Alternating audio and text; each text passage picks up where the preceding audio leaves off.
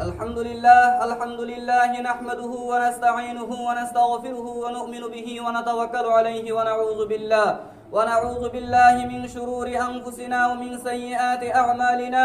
من يهده الله فلا مضل له ومن يضلله فلا هادي له. ونشهد أن لا إله إلا الله وحده لا شريك له. ونشهد أن سيدنا ومولانا محمدا عبده ورسوله الذي أرسل بالحق بشيرا ونذيرا.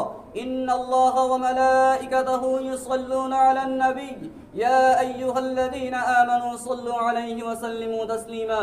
اللهم صل على محمد وعلى آله وأصحابه وأتباعه وأزواجه وذرياته.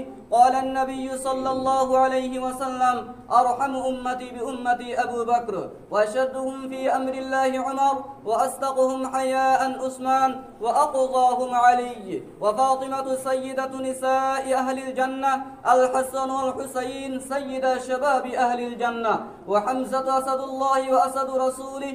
اللهم اغفر للعباس وولده مغفرة ظاهرة وباطنة لا تغادر ذنبا، رضوان الله تعالى عليهم أجمعين. الله في أصحابي لا تتخذوهم غرضا من بعدي، فمن أحبهم فبحبي أحبهم، ومن أبغضهم فببغضي أبغضهم. وخير القرون قرني ثم الذين يلونهم ثم الذين يلونهم.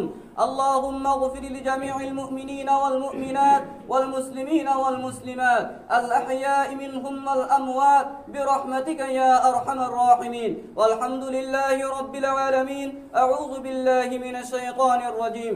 إن الله يأمر بالعدل والإحسان وإيتاء ذي القربى وينهى عن الفحشاء والمنكر والبغي يعظكم لعلكم تذكرون. واذكروا الله يذكركم وادعوه يستجب لكم، ولذكر الله تعالى أعلى وأولى وأعز وأجل وأهم وأتم وأعظم وأكبر.